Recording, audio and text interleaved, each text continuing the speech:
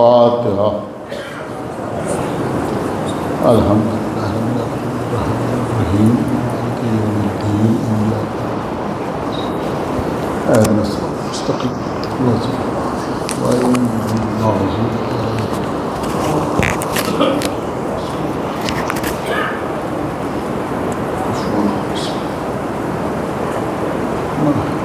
اللهم صل على محمد۔ اعوذ باللہ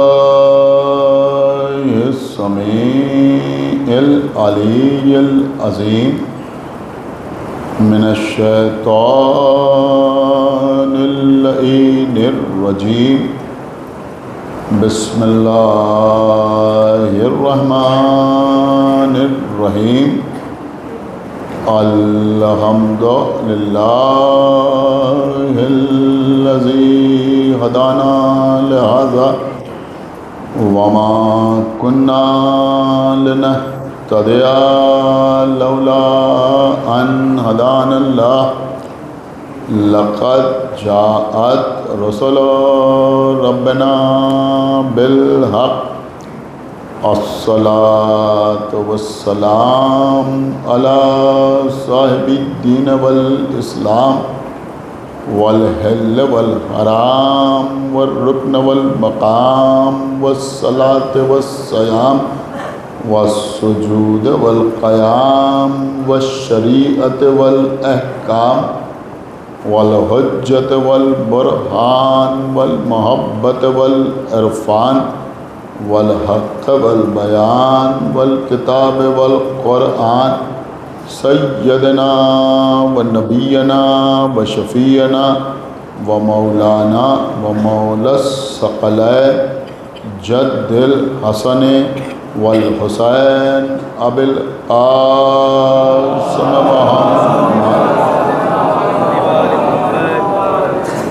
وعلى أهل بيته الطيبين الطاهرين المعصومين المظلومين المنتخبين المنتجبين الذين أذهب الله عنهم الرجس وطهرهم تطهيرا۔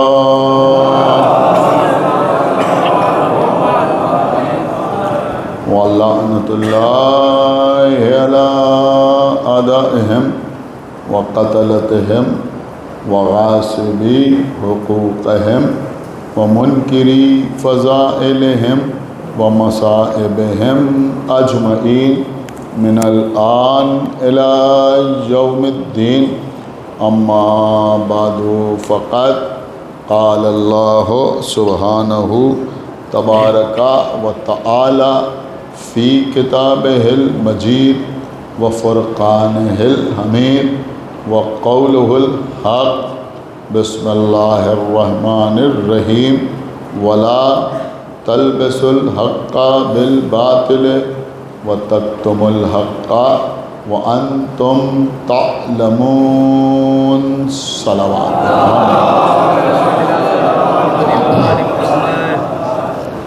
مسلسل اس سلسلہ مجالس میں سورہ بقرہ کی 42ویں آیت کا سہارا لیتے ہوئے آپ سے گفتگو کا سلسلہ جاری و ساری۔ آج چھٹی تقریر ہے۔ ارشاد اقدس الہی ہو رہا ہے کہ وَلَا تَلْبِسُوا الْحَقَّ بالباطل، حق کو باطل کے ساتھ مخلوط نہ کرو۔ وَتَكْتُمُوا الْحَقَّ وَأَنْتُمْ تَعْلَمُونَ، اور حق کو پوشیدہ نہ کرو، چھپاؤ نہیں اگر تم جانتے ہو۔ عزیزوں، یہ مجالس، یہ عزاداری، یہ ماتم، یہ جلوس، یہ ذکر مصائب اہل بیت دنیا کو یہ بتانے کے لیے بھی ہے کہ جن لوگوں نے اہل بیت پر ظلم ڈھائے، جنہوں نے ان کا حق غصب کیا، جنہوں نے ان کو ان کی جائیدادوں سے محروم کیا، جنہوں نے انہیں زہر دیا، ان کے جنازے پر تیر چلائے، ان کے سر پر ضربت لگائی، انہیں کربلا میں بھوکا پیاسا رکھا، ان کے گھر والوں کو، ان کے اصحاب کو قتل کیا، یہ وہ لوگ نہیں تھے جو انہیں جانتے نہیں تھے یا پہچانتے نہیں، بلکہ یہ وہ لوگ تھے جو اچھی طرح انہیں جانتے بھی تھے اور پہچانتے بھی تھے، اس لیے کہ اللہ کے رسول نے اپنی زندگی میں اپنے اصحاب کے سامنے، مسلمانوں کے سامنے، کلمہ پڑھنے والوں کے سامنے ہر منزل پر اپنے اہل بیت کا تعارف کرایا تھا۔ انتہا یہ ہے کہ دعوت ذو العشیرہ، جس میں بظاہر تبلیغ دین کی ابتدا ہوئی، وہیں پیغمبر نے جو سب سے پہلا حکم دیا وہ ولایت امیر المومنین کے سلسلے میں تھا۔ اس کے بعد کبھی منبر پر آغوش میں لے کر فرما رہے ہیں ھذا حسین فارفوہ، یہ میرا حسین ہے، اسے پہچان لیں۔ کبھی حسین پشت رسالت پہ آ رہے ہیں تو سجدے میں طول دے کے پہچنوا رہے ہیں کہ یہ حسین کی عظمت ہے، اسے جان۔ کبھی غدیر کے میدان میں مولا علی کو ہاتھوں پر اٹھا کے دکھا رہے ہیں اور فرما رہے ہیں من کنت مولا ہو فہذا علی جن مولا، جس کا میں مولا ہوں اس کا یہ علی مولا۔ کربلا کے میدان میں جو لوگ آقا حسین سے جنگ کرنے کے لیے آئے وہ یہودی نہیں تھے، نصرانی نہیں تھے، آتش پرست نہیں تھے، بت پرستی کرنے والے نہیں تھے، بلکہ یہ وہ لوگ تھے کہ جنہوں نے کلمہ پڑھا تھا، جو لا الہ الا اللہ کہہ رہے تھے، جو محمد الرسول اللہ اپنی زبان پر جاری کر رہے تھے۔ میرے کہنے کا مقصد یہ ہے کہ وہ 30,000 ہوں یا 2 لاکھ ہوں یا 5 لاکھ ہوں یا 9 لاکھ کا لشکر ہو، یہ سارے کے سارے لوگ اچھی طرح جانتے تھے کہ حسین نبی کے نواسے ہیں، علی و فاطمہ کے بیٹے ہیں، جوانان جنت کے سردار ہیں، لیکن پھر بھی امام حسین سے جنگ پر تیار تھے۔ ایسا بھی نہیں ہے کہ امام حسین نے اپنا تعارف نہ کرایا ہو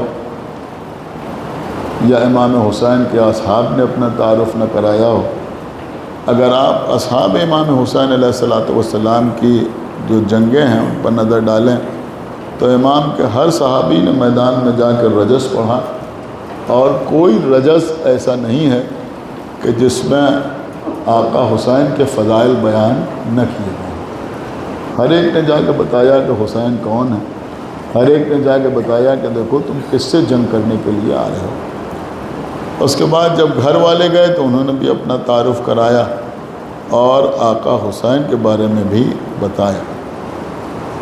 آخر میں سرکار سید الشہداء نے بھی جب 6 مہینے کے بچے کو دفن کرنے کے بعد میدان میں آئے تو اپنا تعارف بھی کرایا اور یہ بتایا کہ میں کون، لیکن اس کے باوجود کلمہ پڑھنے والوں پر، لا الہ الا اللہ کہنے والوں پر، محمد الرسول اللہ اپنی زبان پر جاری کرنے والوں پر آقا حسین کی بات کا کوئی اثر نہیں ہوا۔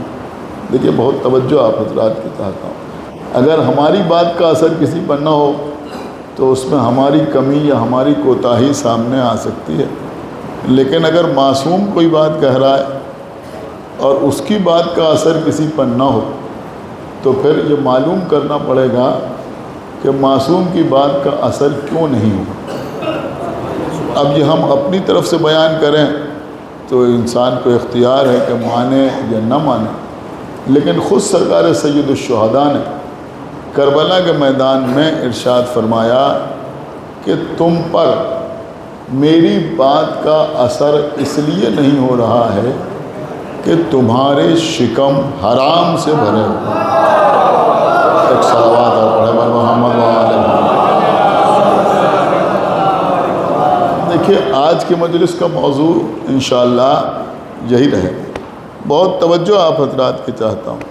دیکھیے قبلہ یزید کے لشکر میں جو لوگ تھے وہ کلمہ بھی پڑھ رہے تھے، لا الہ الا اللہ بھی کہہ رہے تھے، محمد رسول اللہ بھی کہہ رہے تھے، نماز بھی پڑھ رہے تھے، روزہ دار بھی تھے، اس میں بہت سے حاجی بھی تھے، بہت سے صحابی بھی تھے، صحابیوں کی اولادیں بھی تھیں، لیکن آقا حسین نے ان کو ایک سرٹیفکیٹ دیا کہ ان کے شکم حرام سے بھرے ہوئے۔ ایک صلوات پڑھے بر محمد۔ یہ سنیں، ہو سکتا ہے آج کی مجلس کوئی تھوڑی سی تلخ ہو جائے، لیکن اتنے عرصے سے آپ کے بیچ میں آ رہا ہوں تو مجھے معاف کر دیجیے گا۔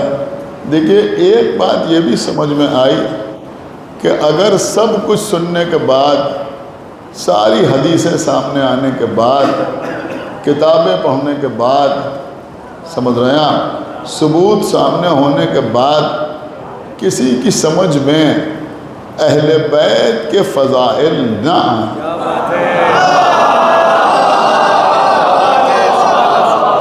ایک صلوات پڑھیں بر محمد وآلہ اور توجہ آپ حضرات کی، تو پھر یہ بات تو ثابت ہوتی ہے کہ کچھ ہو یا نہ ہو شکم حرام سے بھرا ہو۔ صلوات پڑھ دے بر محمد وآلہ۔ دیکھیں قبلہ یہ بہت اہم مسئلہ ہے اور ہم سمجھتے ہیں کہ سب سے کم توجہ اسی کے اوپر دی جاتی۔ اب میں کیا آپ کی خدمت میں عرض کروں، معصومین نے ارشاد فرمایا ہے کہ اگر کسی کو پرکھنا ہے تو عبادات سے نہ پرکھو، معاملات سے پرکھو۔ ایک بابا سے بلند صلوات پڑھے بر محمد۔ دیکھیں اس زمانے میں سمجھتا ہوں کہ سب سے زیادہ اسی تبلیغ کی ضرورت ہے، آپ میری بات سمجھیں، اسی تبلیغ کی ضرورت ہے کہ انسان معاملات میں درست ہو۔ میں بزرگوں سے نہیں کہہ رہا ہوں، یہ بچے میرے سامنے بیٹھے ہوئے ہیں، یہ میرے بچوں جیسے ہیں، میں ان سے کہہ رہا ہوں کہ دیکھو دنیا میں سب سے بڑی طاقت یہ ہے، سماج میں سب سے بڑی طاقت یہ ہے کہ کسی کا تم پر 1 روپیہ باقی نہ ہو۔ ایک صلوات پڑھے بر محمد وآلہ، بہت بڑی بات ہے۔ ایک صلوات اور پڑھ دے بر محمد وآلہ۔ بات سمجھ پوری توجہ کے ساتھ میری بات آپ سمجھیں، لیکن لوگ کہتے ہیں صاحب تبلیغ، چلیے آج تبلیغ ہی ہو جائے، ایک صلوات پڑھے بر محمد وآلہ۔ لیکن دیکھیے اسی کی ضرورت ہے جو میں آپ کی خدمت میں عرض کر رہا ہوں۔ اب ایک حدیث میں آپ کو سناؤں، تھوڑی خطرناک ہے، سنیں گے آپ؟ اگر سننا چاہتے ہیں تو ایک بابا سے بلند صلوات پڑھیں۔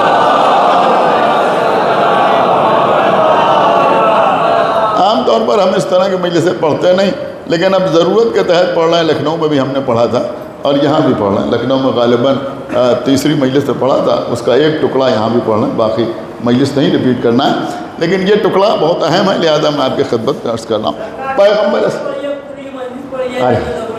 ایک صلوات پڑھو، سب سنو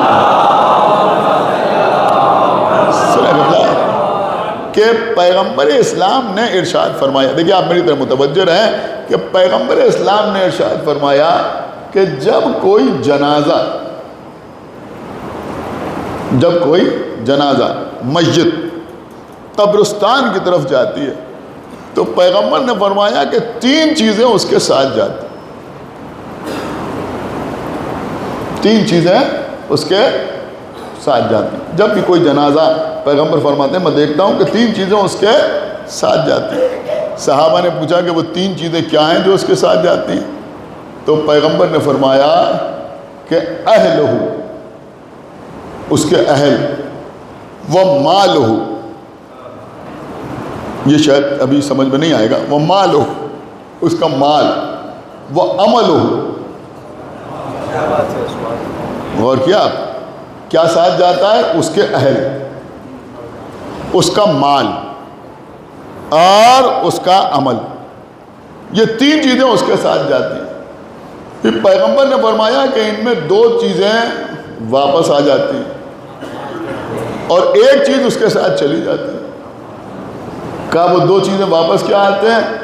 کہا اہل اور مال واپس آ جاتا ہے اور اس کا عمل اس کے ساتھ چلا جاتا ہے.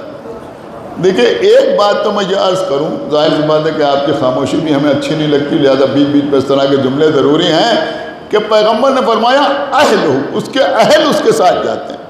اہل کا مطلب کیا ہوتا ہے؟ عزیز، اقارب، رشتہ دار، سمجھ رہے ہیں آپ؟ دوست، احباب، اس کے دوست، اس کے بچوں کے دوست، اس کے بھائی کے دوست، اس کے اہل محلہ، وہ اس کے ساتھ جاتے ہیں. ایک بات یہ بھی سمجھ میں آئی کہ جو جنازے کے ساتھ جاتے ہیں ان کو پیغمبر نے اہل کہا.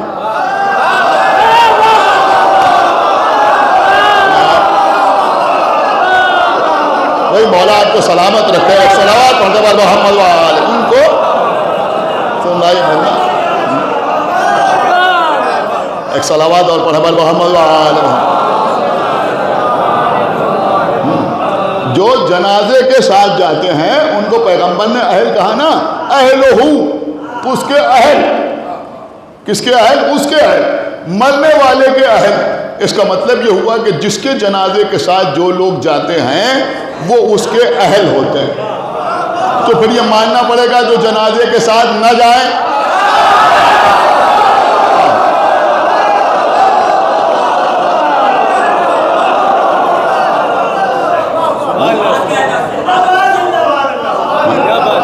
اتنے کم داد والا جملہ نہیں تھا. ایک صلوات پڑھا محمد. تو جو جنازے کے ساتھ جاتے ہیں وہ اس کے اہل ہوتے ہیں. تو جو جنازے کے ساتھ نہ جائیں پھر وہ کیا کہلائیں گے؟ کب وہ کہلائیں گے نا اہل. کیا سن رہے ہیں آپ؟ تو قبلہ اگر ہمارا انتقال ہو جائے تو جو میثم زادی کے جنازے کے ساتھ جائیں وہ میثم زادی کے اہل، جو نہ جائیں وہ نا اہل. تو جو محمد کے جنازے کے ساتھ جائیں،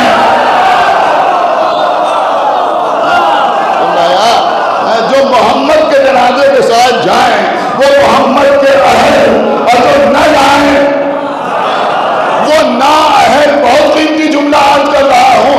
اب لوگ ہم سے کہتے ہیں صاحب آپ محمد کے صحابہ کو نہیں مانتے، اب ہم صحابہ کو مانتے، نا اہلوں کو نہیں مانتے.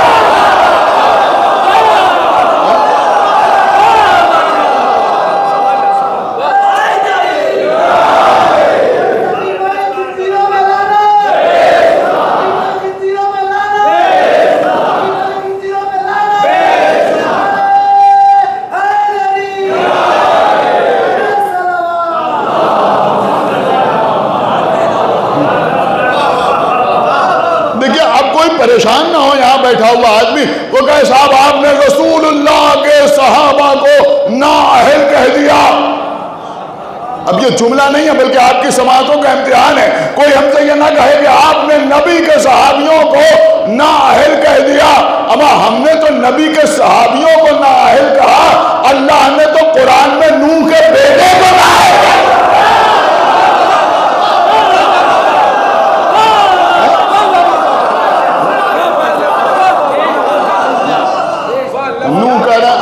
میرے سفینے میں، نوح کہہ رہے ہیں آؤ میرے سفینے میں. دیکھیں یہاں بھی نکتہ ہے اور بہت وزنی نکتہ ہے.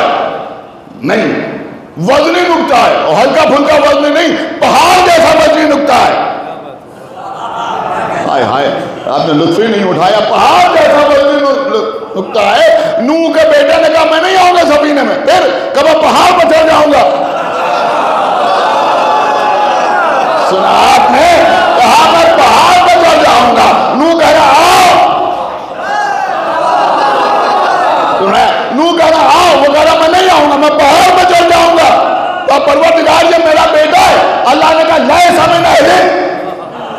تمہارے اہل سے نہیں ہے. جو اہل سے نہیں ہے کیا تم بلا رہے ہو جو پہاڑ پہ چلا جا رہا ہے؟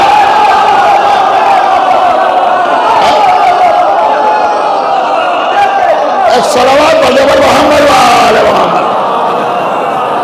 تم بلا رہے ہو اور یہ پہاڑ پہ چڑھا جا رہا ہے. تو پتہ چلا اگر نبی بلائیں کوئی پہاڑ پہ چڑھ جائے تو وہ نوح کے زمانے کا نہ ہے, یہ محمد کے زمانے کے نہ ہے. سمجھا؟ تو پیغمبر نے فرمایا اہلہ, اہلہ ایک تو اس کے اہل, وہ مالہ اور اس کا مال, وہ عملہ. اب میرے خیال میں یہاں بیٹھے ہوئے حضرات نے سن تو لیا لیکن شاید مال آپ کی سمجھ میں نہ آیا. نہیں آیا نا کہ میت کے ساتھ مال تو جاتا نہیں. دیکھیں اس زمانے میں ایک دستور تھا, اس زمانے میں ایک دستور تھا. یہ خالی جذباتی باتیں نہیں ہیں بلکہ غور کرنے والی باتیں. دستور تھا. دستور یہ تھا کہ جب کسی کا انتقال ہوتا تھا اور اس کا جنازہ جاتا تھا تو وہ جو کچھ چھوڑ کے جاتا تھا, جو ترکہ ہوتا تھا, 10,000 درہم چھوڑ گیا, 5,000 دینار چھوڑ گیا, سونا چاندی چھوڑ گیا, جو بھی چھوڑ کے جاتا تھا وہ ایک گٹھری میں باندھا جاتا تھا اور میت کے ساتھ ساتھ جاتا تھا. قبرستان میں نماز جنازہ سے پہلے مرنے والے کا وارث آواز دیتا تھا کہ کسی پر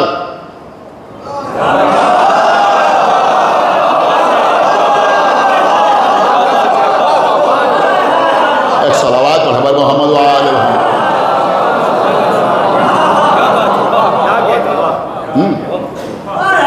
ہمارے باپ کا, ہمارے مرنے والے کا کچھ بقایا تو نہیں ہے. یعنی ہمارے باپ مثلا بیٹا کہتا تھا ہمارے باپ کسی کے قرضدار تو نہیں تھے, تو کسی نے کھڑے ہو کے کہا کہ بھائی ہمارے 200 درہم تھے, تو اسی میں سے 200 درہم اس کے دے دیا. کسی نے کہا 500 دینار تھے, 500 دینار اس کو دے دیا. کسی نے کہا 600 دینار تھے, 600 دینار اس کو دے دیا. کسی نے کہا ہماری ایک سونے کی چیز تھی وہ ان کے پاس امانت تھی, اس پہ دیکھا گیا مل گئی, اس کو دے دی گئی. اب ایسے ہی نہیں کہ کوئی کچھ بھی کہے سمجھنے کے بعد کہ ہاں یہ صحیح دعویٰ کر رہا ہے, اس کو دے دیا جاتا تھا. تو پہلے سب کا قرض ادا کر دیا جاتا تھا, سمجھ رہا. اب جب مرنے والا بالکل بری الذمہ ہو جاتا تھا تب اس کی نماز جنازہ ہوتی.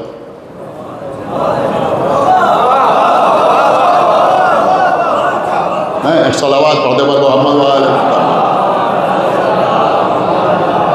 اب وہ بچی ہوئی رقم واپس آتی تھی.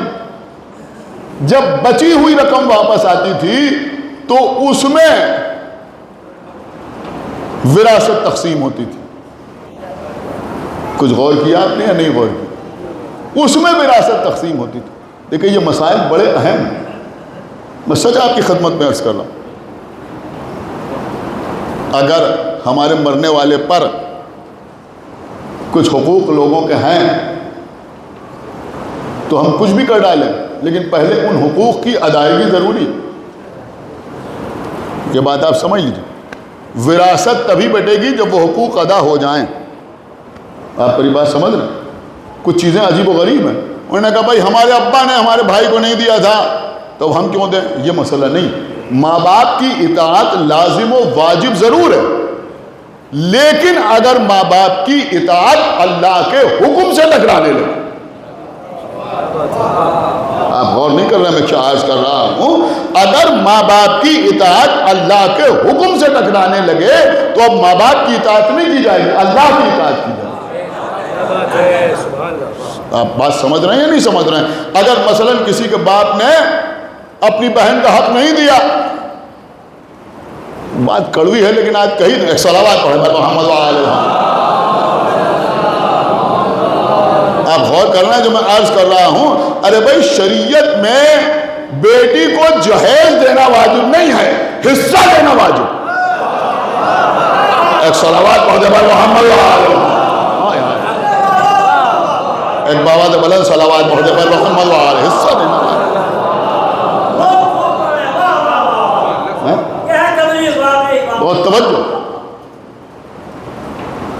اگر مثلا کسی کے باپ نے اب میں اپنی بھی کیوں مثال دوں، کسی کے باپ نے مثلا اپنے بھائیوں کا حصہ نہیں دیا، اپنی بہن کا حصہ نہیں دیا، تو اب ہم یہ عہد کے نہیں بیٹھ سکتے کہ جب ہمارے باپ نے نہیں دیا تو ہم کیوں دیں۔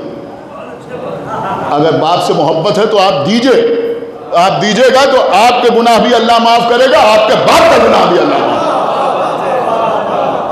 آپ میری بات سمجھ رہے ہیں؟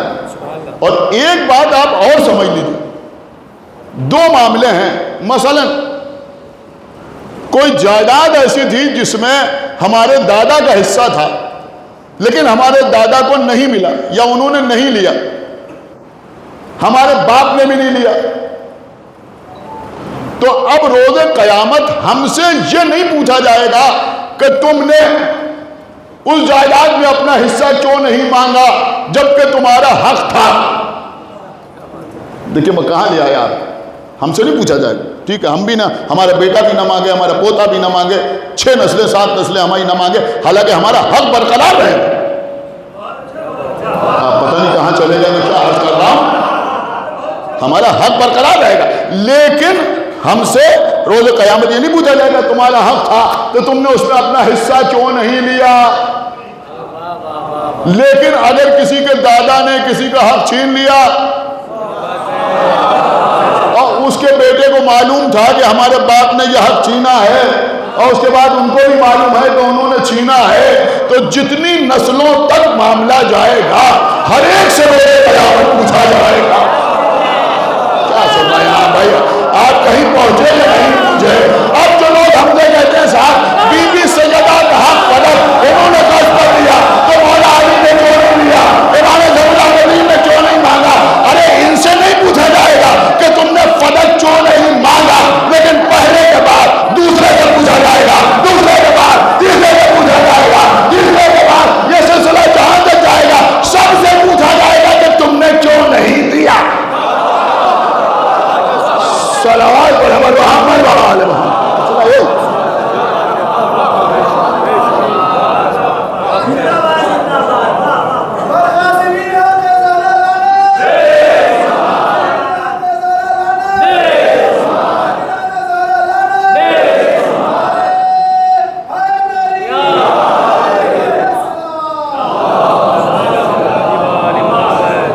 دیکھیں قبلہ ساری عبادتیں اور سب کچھ ایک طرف ہے لیکن کردار کا صحیح ہونا بہت ضروری ہے۔ جو بات آپ سمجھ لیں، کردار کا درست ہونا بہت ضروری ہے۔ دیکھیں میں تبلیغ کے ساتھ تبرہ پڑھ رہا ہوں، سمجھ رہے؟ تیز تبلیغ اور تیز تبرہ، ایک صلوات میری بات سمجھیے آپ۔ 1 لاکھ، دیکھیں آخری آدمی تک توجہ چاہتا ہوں، پیچھے بزرگ حضرات بیٹھے ہوئے ہیں، آگے بھی نوجوان بیٹھے ہیں، انشاءاللہ سب محسوس کر رہے ہیں، مولا آپ سب کو سلامت رکھے۔ اگر 2-4 نوجوانوں پر بھی میری بات کا اثر ہو جائے تو میں سمجھوں گا کہ میری محنت وصول ہو گئی۔ دیکھیں قبلہ اللہ نے 1,24,000 انبیاء بھیجے۔ آپ انبیاء کی تاریخ پڑھیے، خدا کے لیے پڑھیے۔ ایک دور سے جملہ آپ کی خدمت میں عرض کر دوں، میں صرف بچوں سے کہہ رہا ہوں، اپنے بچوں سے کہہ رہا ہوں، بڑوں سے بالکل کہیں نہیں رہا ہوں، وہ نہ سنیں تو بہتر، بچے سنیں۔ میرے بچوں، قومیات سے زیادہ دینیات پر دھیان دو۔ ایک صلوات پڑھ دے محمد، سمجھ رہے ہیں آپ پڑھیے، مطالعہ کیجئے، بہت سے معاملات آپ کی سمجھ میں آ جائیں گے اپنے آپ۔ آدم سے لے کے خاتم تک جتنے نبی آئے، ہر نبی کے بارے میں پڑھیے۔ کوئی نبی لوہار تھا، لوہاری کا کام کرتے تھے۔ ایسے بھی نبی آئے جو کارپینٹر تھے، یہ فرنیچر وغیرہ بناتے تھے، جس کو اب بہرحال جیسے بڑھئی ہوتا نا تو وہ کارپینٹر کا کام کرتے تھے۔ ایسے نبی بھی آئے جو خیاط تھے، سلائی کا کام کرتے تھے۔ میں جو پڑھ رہا ہوں پوری ذمہ داری کے ساتھ پڑھ رہا ہوں۔ ایسے نبی بھی آئے جو مثلاً اونٹوں کی خرید و فروخت کا کام کرتے تھے۔ ایسے انبیاء بھی آئے کہ جو بھیڑیں چراتے تھے، بھیڑیں مزدوری پر۔ ایسے انبیاء بھی آئے کہ جو درختوں میں پانی دیتے تھے، باغبانی کرتے تھے۔ کچھ انبیاء ایسے آئے جو تجارت کرتے تھے، دوسرے شہروں میں جاتے تھے، دوسرے ملکوں میں جاتے تھے، وہاں کا مال یہاں لاتے تھے، یہاں کا مال وہاں لے جاتے تھے، آج کی زبان میں ایکسپورٹ امپورٹ کا کام کرتے تھے۔ لیکن میری بات سمجھیے، 1,24,000، میں انبیاء کی بات کر رہا ہوں، انبیاء کے اصحاب کی بات نہیں کر رہا ہوں، 1,24,000 انبیاء میں کوئی ایک نبی ایسا نہیں ہے جس کے بارے میں تاریخ میں لکھا ہو کہ پہلے وہ لٹیرے تھے، بعد میں توبہ کی تو نبی ہو۔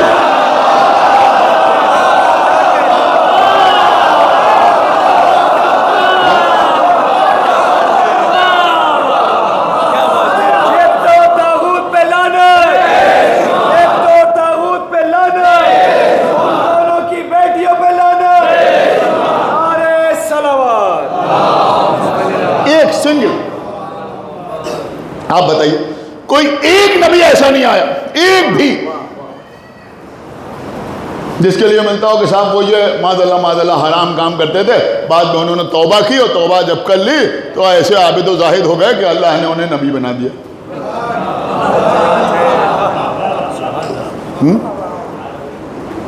یعنی ہمارے سماج میں بہت سے لوگ ایسے ہوتے ہیں کہ بھائی ان کا ماضی بڑا خراب رہا ہے، مگر اب ماشاءاللہ توبہ کر لیا، بڑے اچھے آدمی ہیں، بڑے نیک آدمی ہیں، نمازی ہیں، روزہ دار ہیں، اللہ نے ان کی توبہ قبول کر لی، کوئی بات نہیں۔ لیکن جہاں تک نبوت کے سوال ہے تو کسی کو ایسے کسی آدمی کو نبوت نہیں ملی۔ اگر ملی ہو تو بتائیے، کوئی آپ کے ذہن میں ہے؟ ایک نبی بھی ایسا نہیں آیا۔ اس کا مطلب یہ ہوا کہ نبی بنانے میں اللہ نے کردار دیکھا۔ آپ سمجھے یا نہیں سمجھے؟ اللہ نے کردار دیکھا۔ کیوں کردار دیکھا؟ ہو سکتا تھا پہلے کسی نے کچھ کیا، بعد میں اسے نبی بنا دیا جائے، لیکن اگر بعد میں نبی بنایا جاتا اور وہ تبلیغ کرتا تو کوئی کھڑے ہو کے یہ کہہ سکتا تھا نا کہ ماضی آپ کا ایسا رہا ہے، آپ کیا تبلیغ کر رہے ہیں۔ ایک بات اور بھی سمجھ میں آ گئی قبلہ، کہ جب رسول اللہ نے سورہ برات کی چند آیتیں ایک شخص کے حوالے کی کہ تم جاؤ جا کے اس کی تبلیغ کر دو، بولے کہ چلا اللہ نے حکم دیا ان سے واپس لو، کیا سن رہے آپ؟ یا تو آپ تبلیغ کریں یا پھر وہ تبلیغ کرے جو آپ سے ہو یا آپ جیسا ہو، تو انہیں واپس بلایا، مولا علی کو بھیجا، مسئلہ وہی تھا، اس لیے کہ ان آیتوں میں مشرکین کو تنبیہ کی گئی تھی، مشرکین پر لعنت کی گئی تھی، لہذا اگر یہ جا کے آیتیں سناتے تو کوئی نہ کوئی مشرک کھڑے ہو کے کہتا ابا پہلے تم بھی تو ہمارے جیسے تھے۔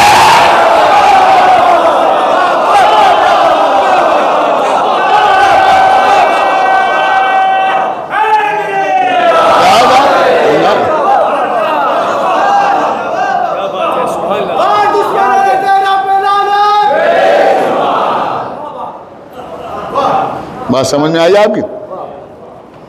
تو یہ معاملہ۔ اچھا ایک اور بات بھی عرض کر، دیکھیے آپ سنتے ہیں نا کہ خانہ کعبہ کا متولی، خانہ کعبہ کا متولی بنی ہاشم میں سے بنتا تھا، کیوں؟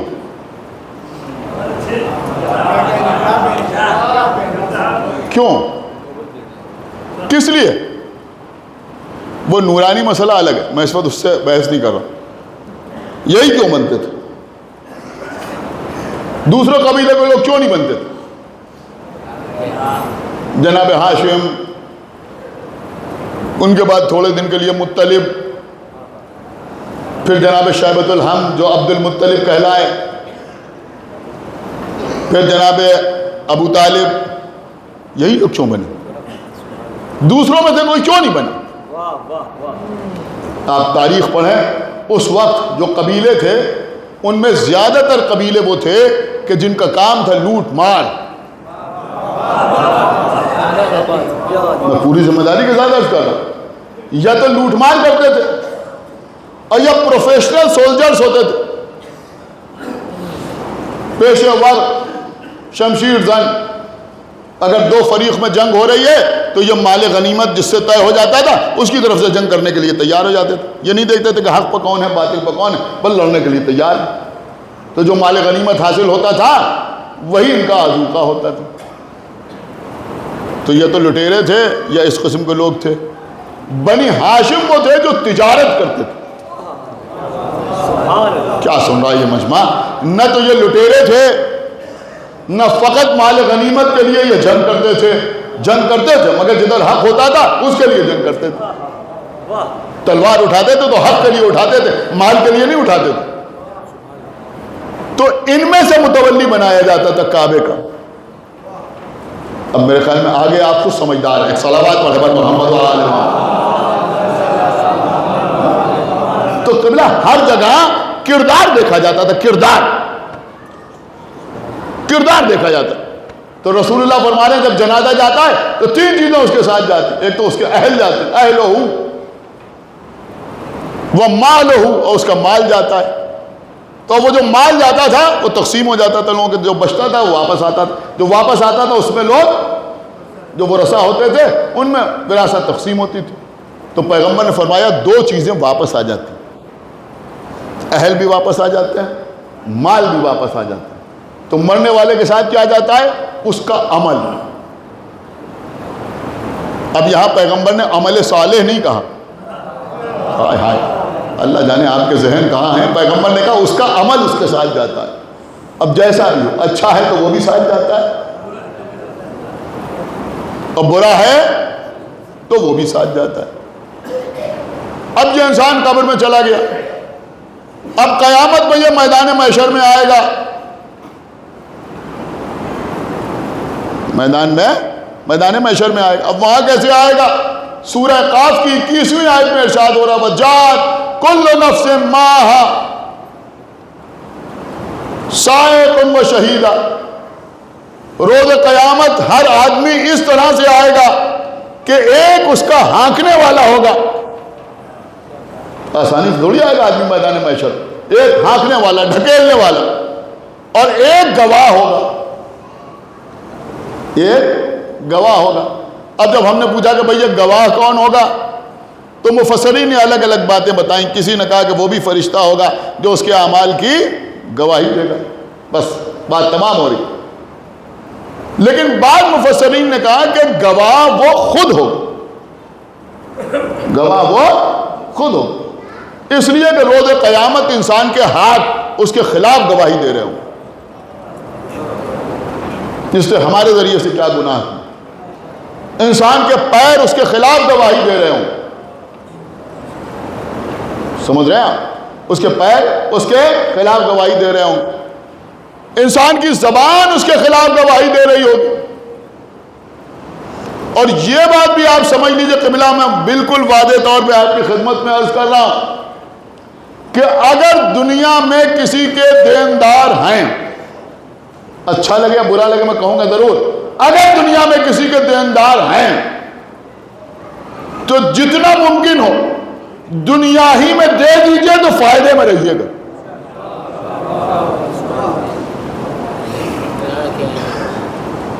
بڑے پرسکون انداز میں آپ نے سنا. یہ سمجھ لی. یہ جو کچھ لوگ چل زبانی کرتے ہیں، ہاں قیامت میں لے لینا دیکھ لیں گے، آسان نہیں.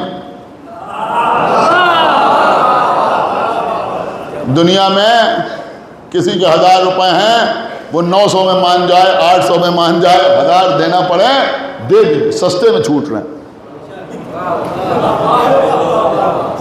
میری بات سمجھیے. میں جو پڑھ رہا ہوں اقوال معصومین کی روشنی میں پڑھ رہا ہوں، ایسے ہی نہیں پڑھ رہا ہوں. بہت سستے میں چھوٹ جائیے گا اگر دنیا میں دے دیجیے. یہ میں جو بھی پڑھ رہا ہوں یہ عام لوگوں کے حقوق پڑھ رہا ہوں. باقی آل محمد کا جو معاملہ ہے وہ الگ ہے. ان کے مال پہ خود بہت کیا تو وہ تو مسئلہ ہی الگ ہے. یہ تو عام لوگوں کی بات ہے. اگر کسی کا قرض ہے تو جلد از جلد ادا کرنے کی کوشش کیجئے، کل کا کوئی ٹھکانہ نہیں ہے. قیامت میں بھی کوئی چھوٹے گا نہیں. اللہ رحمان الرحیم ہے، ہو سکتا ہے اپنے سجدے معاف کر دے، اپنی نمازیں معاف کر دے، روزے کے معاملے میں رعایت کر جائے، لیکن اگر روزے قیامت جس سے آپ نے دنیا میں کہا اور اس کو نہیں دیا، اور اس نے کہا صاحب ان کے اوپر ہمارا اتنا روپیہ تھا، اتنی رقم تھی جو انہوں نے ہم کو نہیں دی، ہم مانگتے رہے مگر ہم کو نہیں دی، تو جب تک اس سے کلیئرنس نہ مل جائے اس وقت تک معاملہ بننے والا نہیں۔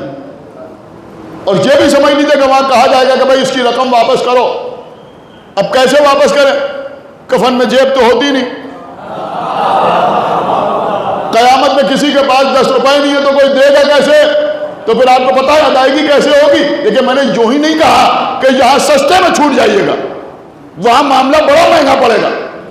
میں نے کہا بھائی ہمارے اوپر ان کے 10,000 روپے تھے، کہ ادا کرو۔ اب کیسے ادا کریں؟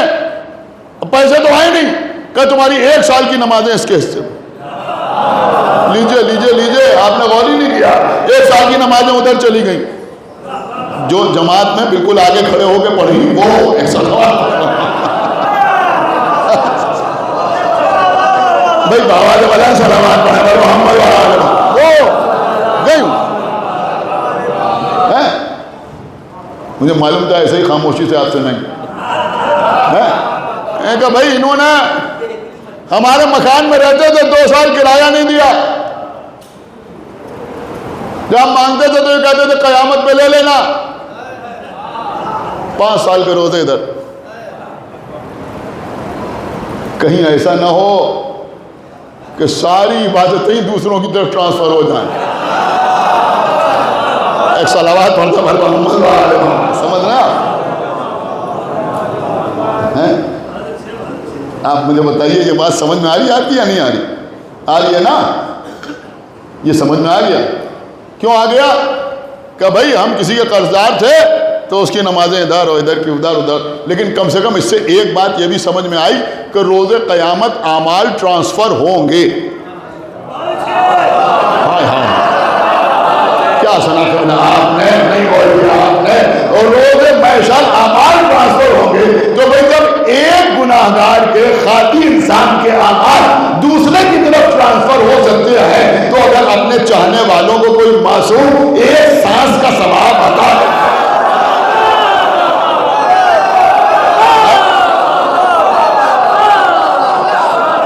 صلوات محمد وآلہ محمد۔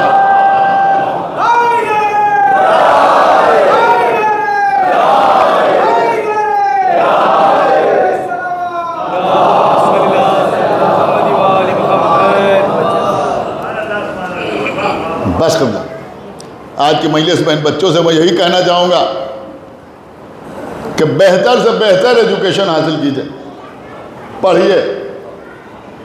آپ کو بھی اللہ نے ذہن دیا ہے، اللہ نے آپ کو کسی سے کمزور بنا کے نہیں پیدا کیا ہے۔ پڑھیے، کسی عہدے پر پہنچیے، کسی منصب پر پہنچیے، سمجھ رہے ہیں آپ؟ کسی منصب پر پہنچیے، اپنے ماں باپ کے لیے فخر کا سبب بنیے، لیکن ساتھ ساتھ میں ان بچوں سے یہ بھی کہوں گا کہ کسی بھی منزل پر پہنچنے کے بعد بھی شیعہ رہیے۔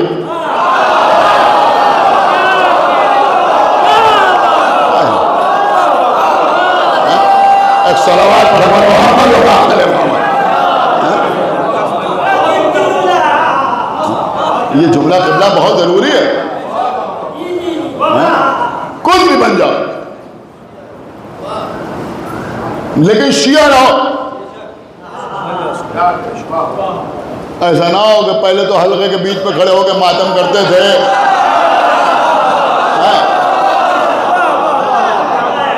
اب اللہ نے نواز دیا ایک صلوات پڑھو نہیں نہیں، شیعہ رہو، ڈاکٹر ہو جاؤ، انجینئر ہو جاؤ۔ ایسا نہ ہو کہ کچھ زیادہ پڑھ لکھ لیا تو ہم مجلس میں بیٹھے ہیں تو سمجھ میں نہیں آ رہا خالی فضائل سننے سے کیا ہوتا ہے، خالی رونے سے کیا ہوتا ہے، خالی ماتم کرنے سے کیا ہوتا ہے۔ نہیں، بڑے سے بڑے عہدے پر فائز ہو لیکن اپنے دین کا دامن اپنے ہاتھوں سے نہ چھوڑ۔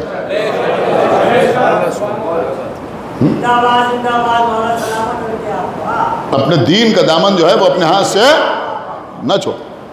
اور میں ایک بات اور عرض کر دوں عزیزوں کہ کہ جس منزل پہ بھی پہنچ جاؤ اللہ جتنی بھی ترقی دے دے، لیکن دو باتیں میری یاد رکھنا، ایک تو ہاتھ پیروں سے عزاداری کی خدمت ضرور کرنا۔ شاید سارے لوگوں نے میری بات سمجھی نہیں میں کیا کہنا ہے۔ دیکھیں قبلہ پیسے آ گئے تو پیسے خرچ کرنا تو آسان ہے، باہر کاؤنٹر لگا ہوا ہے، 10,000 روپے کی رسید کٹوا لی، ٹھیک ہے، اللہ اس کا بھی اجر ادا کرے گا، لیکن ہاتھ پیروں سے خدمت، عزا امام حسین کی خدمت ہاتھ پیروں سے۔ دو باتیں عرض کر رہا ہوں، میری بات یاد رکھنا، دیکھیں ہم جو سماج میں دیکھ رہے ہیں وہی پڑھ رہے ہیں، مجھے معاف کیجئے گا، ہاتھ پیروں سے عزاداری کی خدمت ضرور کرنا۔ یہ فرش عزا بچھانا، یہ تبرک تقسیم کرنا، یہ چائے بن رہی ہے تو چائے بنوانا، تبرک تقسیم ہو رہا ہے تو تبرک بٹوانا، کیا سمجھا، لوگوں کو پانی پلانا، اپنے ہاتھ پیروں سے یہ کام ضرور کرنا۔ اور ساتھ ساتھ میرے بچوں میری بات یہ بھی یاد رکھنا کہ کوشش یہ کرنا کہ جب ماں باپ بوڑھے ہو جائیں تو خود اپنے ہاتھ پیروں سے ان کی خدمت کرنا۔ بہت گہری بات میں نے آپ کی خدمت میں عرض کر دی ہے، ایک صلوات پڑھ محمد و آل محمد۔ ٹھیک ہے، بہت بڑا عہدہ مل گیا، بہت پیسہ آ گیا، ہم سنتے ہیں نا لوگوں سے، میں نے کہا ابا بیمار ہے اب ہمیں تو وقت ملتا نہیں، ہم نے 2 نوکر لگا دیے،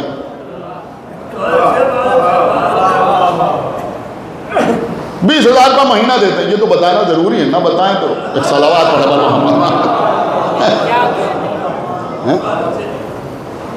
2 نوکر لگا دیے، ایک نرس رکھ دیے، وہ نرس وہ نوکر نہ تمہارے باپ کی خدمت کر سکتے ہیں نہ تمہاری ماں کی خدمت کر سکتے ہیں جیسی تم کر سکتے ہو۔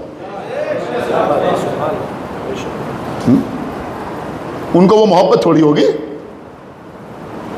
وہ تو جھنجلا جھنجلا کے خدمت کریں گے۔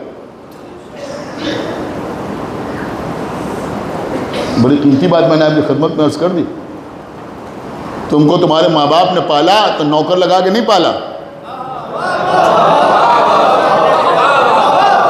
ہے، تو جیسے انہوں نے تمہاری خدمت کی ویسے تم بھی ان کی خدمت کرو، جس طرح سے انہوں نے تمہاری خدمت کی۔ تو یہ 2 چیزیں یاد رکھتا، ایک تو عزاداری میں کبھی شرمانا نہیں، کسی منزل پر پہنچ جاؤ، دوسرے ماں باپ کی خدمت، بس بات تمام ہوئی۔ تو روز قیامت انسان کے اپنے اعضاء و جوارح اس کے خلاف گواہی دے رہے ہوں، ہاتھ، آنکھیں، ناک، کان، سب گواہی دیں گے۔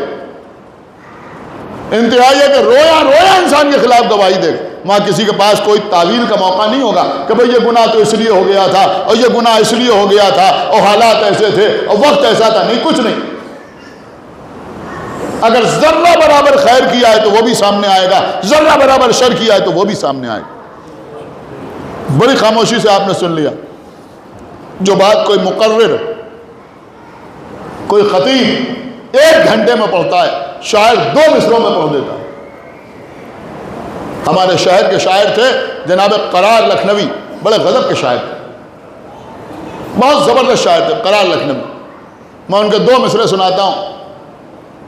یہ جو ہمارے ریاض بھائی، سلیم بھائی، دیگر بزرگ حضرات، یہ باہر جو حضرات بیٹھے ہوئے ہیں وہ تو میرے خیال میں سمجھ لیں گے۔ اگر میں تھوڑی سی وضاحت کروں بچوں کے لیے تو کوئی بزرگ جو ہے مجھے نہ سمجھے کہ وقت برباد ہو رہا ہے، بچوں کو سمجھانا ضروری ہے، اس لیے کہ اردو کا جو حال ہے وہ آپ جانتے ہیں، لیکن میں کوشش کروں گا کہ میں سمجھا دوں اور آپ کی داد بتائے گی کہ آپ سمجھے یا نہیں سمجھے۔ روز قیامت اعضاء و جوارح انسان کے خلاف گواہی دیں گے۔ قرار لکھنوی کہتے ہیں خالی اعضاء و جوارح نہیں، غضب کا شعر کہہ دیا انہوں نے۔ وہ فرماتے ہیں کہ بیان جب کر چکا، کیا غضب ہے، کہتے ہیں بیان جب کر چکا ہر منہ تن، اللہ اکبر، بیان جب کر چکا ہر منہ تن افسانہ عصیاں۔ دیکھیے وضاحت جو ہے اس کی ڈیمانڈ ہے، ایک صلوات پر محمد۔ بیان جب کر چکا تو سمجھ میں آ گیا نا۔ منہ تن کا مطلب بچوں کو معلوم ہے کیا ہوتا ہے؟ منہ کہتے ہیں بال کو، منہ، میم واو پیش، منہ کہتے ہیں بال کو. جیسے آپ نے سنا ہوگا کہ کشمیر میں منہ مبارک رکھا ہوا ہے. منہ مبارک کا مطلب مبارک بال رکھا ہوا ہے، یعنی رسول اللہ کا بال رکھا ہوا ہے، تو منہ کہتے ہیں بال کو. منہ تن کا مطلب کیا ہوا؟ منہ تن کا مطلب ہوا جسم کے جو روئیں ہوتے ہیں ان کو منہ تن کہا جاتا ہے. تو وہ کہتے ہیں بیاں جب کر چکا ہر منہ تن. اب تو سمجھ گیا نا کہ رویا بدن کا جب بیان کر چکا. کیا بیان کر چکا؟ افسانہ اسیاں کہتے ہیں گناہ کو. افسانہ آپ سمجھتے ہیں؟ تو وہ کہتے ہیں بیان جب کر چکا ہر منہ تن. اب دیکھیں اس سے زیادہ انکسار کیا ہو کہ بیان جب کر چکا ہر منہ تن افسانہ اسیاں، یعنی روز قیامت جب ہمارا رویا سننا بھائی، جب ہمارا رویا قیامت میں ہمارے گناہوں کا افسانہ بیان کر چکا. اب تو سمجھ میں آ گیا نا بھائی، ظاہر سی بات ہے کہ ہم سب گناہگار ہیں. اب دوسرا مصرع سنیے گا. اب وہ کہتے ہیں بیان جب کر چکا ہر منہ تن افسانہ اسیاں، ولائے آل احمد نے الٹ کر داستان رکھ دی.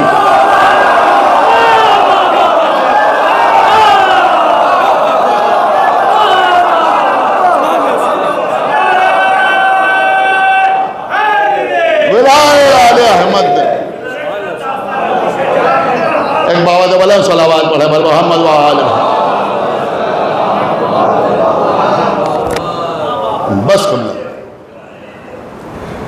یہ آل محمد کی ولا، یہ گریہ بر حسین. لوگ کہتے ہیں صاحب اگر زیادہ اس پر زور دیا جائے گا تو لوگ بے عمل ہو جائیں گے. نہیں، کوئی بے عمل نہیں ہوگا. بہت گہری بات کہہ رہا ہوں. کوئی بے عمل نہیں ہوتا، بلکہ آل محمد کے اختیارات سن کر ان پر یقین رکھ کر انسان کو اپنے اعمال پر غرور نہیں ہوتا، اس سے محفوظ رہتا ہے. اس لیے کہ روز قیامت عالم کیا ہوگا؟ بعض روایات میں کہ ایک شخص گناہوں میں گرفتار، فرشتے اس کو جہنم کی طرف لے جا رہے ہیں.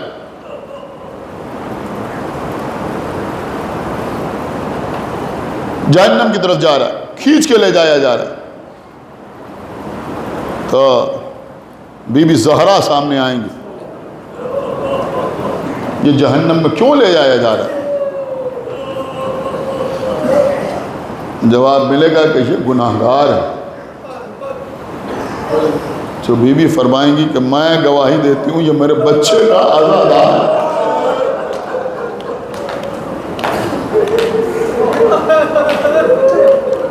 حکم قدرت ہوگا، چھوڑ دو اسے. پروردگار پہلے ہی بھیج دیتا جنت میں، جو پہلے جہنم کی طرف کیوں؟ بعد میں حسین کی ماں کے کہنے سے واپس کیوں؟ کہ اگر پہلے ہی جنت میں بھیج دیتے تو یہ سمجھتا کہ ہمارے اعمال ہمیں جنت میں لے آئے. لہذا یہ جنت پہ رہے تو اس بات کا احساس رہے کہ ہم اپنے اعمال کی وجہ سے جنت پہ نہیں ہیں، حسین کی ماں کی وجہ سے.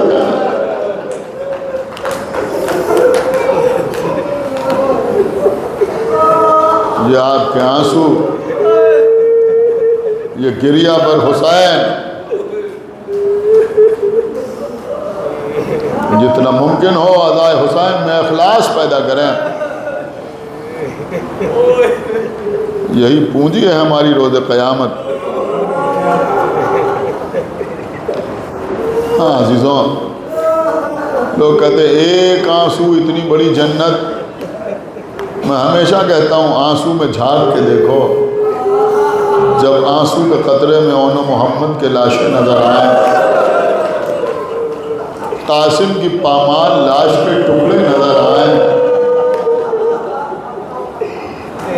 علی اکبر کے سینے کی برچھی نظر آئے، عباس کے کٹے ہوئے بازو نظر آئے، 6 مہینے کے بچے کے گلے پر لگا ہوا تیر نظر آئے، حسین کے گلے پر چلتا ہوا خنجر نظر آئے،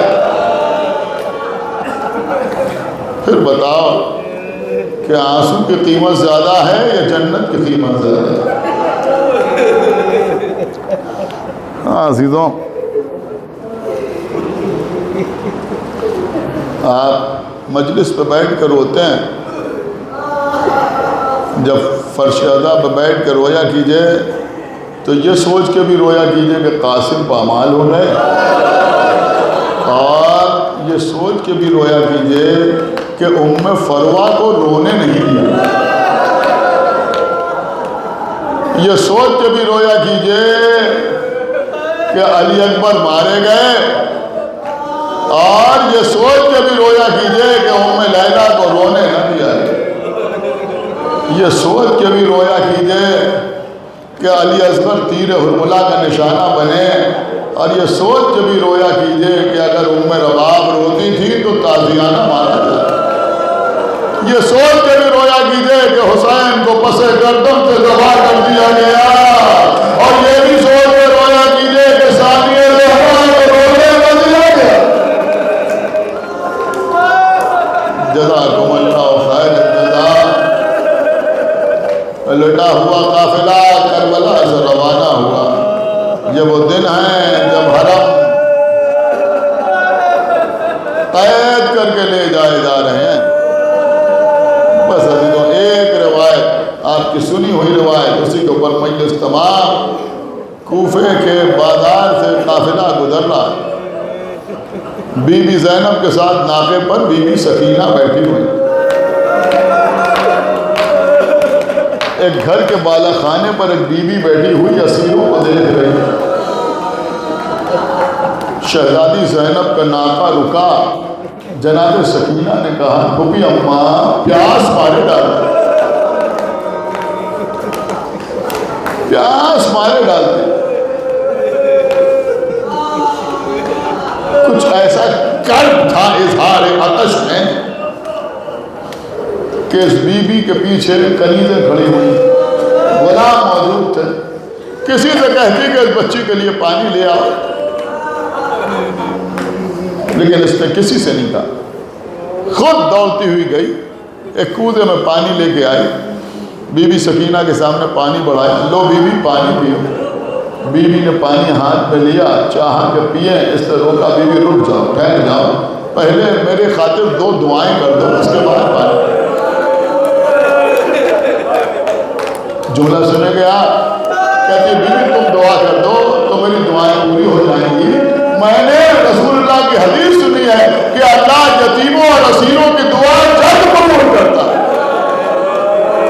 دیکھیں دعا کی جو فرمائش ہے وہی دل تڑپا دینے والی ہے۔ اگر مجلس پڑھنے کے بعد ہم سے کہا جائے آپ نے ذکر اہل بیت کیا، ہمارے لیے دعا کر دیجئے، تو ہمارا سینہ فخر سے چوڑا ہو جائے۔ کوئی آپ سے کہے کہ آپ زائر امام حسین ہیں، ہمارے لیے دعا کر دیجئے، تو آپ خوش ہو جائیں۔ کوئی کہے کہ آپ نوحہ پڑھتے ہیں، آپ ہمارے لیے دعا کر دیجئے، تو آپ سوچیں گے کہ خدا کا شکر ہے کہ ہم سے لوگ دعا کی فرمائش کر رہے ہیں، التماس سے دعا کر رہے ہیں۔ لیکن یہاں دعا کی گزارش کیا کہہ کے ہے؟ اللہ یتیموں اور اسیروں کی دعا جلد قبول کرے، یعنی بیوی کو یتیم و اسیر سمجھ کے دعا کے التماس ہے۔ بی بی کریم باپ کی کریمہ بیٹی بتا تیری دعائیں کیا ہیں؟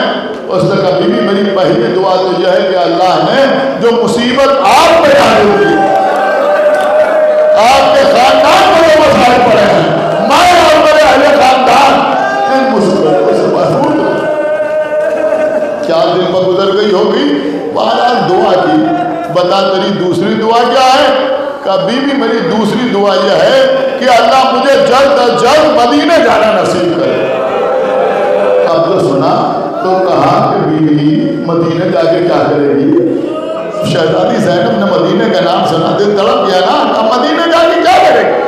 اس نے کہا بی بی مدینے جاؤں گی، سب سے پہلے قبر رسول پہ جاؤں گی، پھر مزار بطول پہ جاؤں گی، کہا اس کے بعد اپنے شہزادے حسن کی قبر پہ جاؤں گی، کہا پھر اپنے شہزادے اور شہزادی سے ملاقات کے لیے جاؤں گی۔ کون تیرا شہزادہ، کون تیری شہزادی؟ کہا بی بی مدینے میں شہزادہ حسین ابن علی کے علاوہ کون ہو سکتا ہے؟ شہزادی کہ میری شہزادی زینب ہے۔ اب جو اپنا نام سنا تو پوچھا کہ کیا تو زینب کو ابھی دیکھے تو پہچان لے گی؟ وہ کہتی ہے بی بی آپ کے پاس وقت نہیں ہے، لیکن میں آپ کو بتاؤں سارے علاقے میں میرا احترام، اگر میں کسی گھر میں چلی جاؤں تو بزرگ عورتیں میرے احترام میں کھڑی ہو جاتی، اگر میں دسترخوان کو بیٹھتی ہوں تو جب تک میں روٹی نہیں توڑتی کوئی عورت روٹی نہیں توڑ۔ اے بی بی اگر کہیں چند عورتیں مشورہ کرتی ہیں تو میرے مشورے کو حتی الامکان ترجیح دی جاتی۔ اے بی بی اگر میرے گھر کے سامنے سے بچے گزرتے ہیں تو مجھے سلام کرنا نہیں بھولتے، اس لیے کہ ان کے ماں باپ ان سے کہتے ہیں کہ اس بی بی کو سلام ضرور کیا کرو۔ اے بی بی یہ ساری توقیر، یہ ساری تعظیم، یہ ساری تقریر، یہ سارا احترام اس لیے نہیں ہے کہ میں کوئی مالدار خاتون ہوں، میرے پاس بہت سی کنیزیں ہیں، بہت سے غلام ہیں۔ اے بی بی یہ سارا احترام اس لیے ہے کہ علاقے کے لوگوں کو یہ معلوم ہے کہ میں نے علی کی بیٹی زینب کو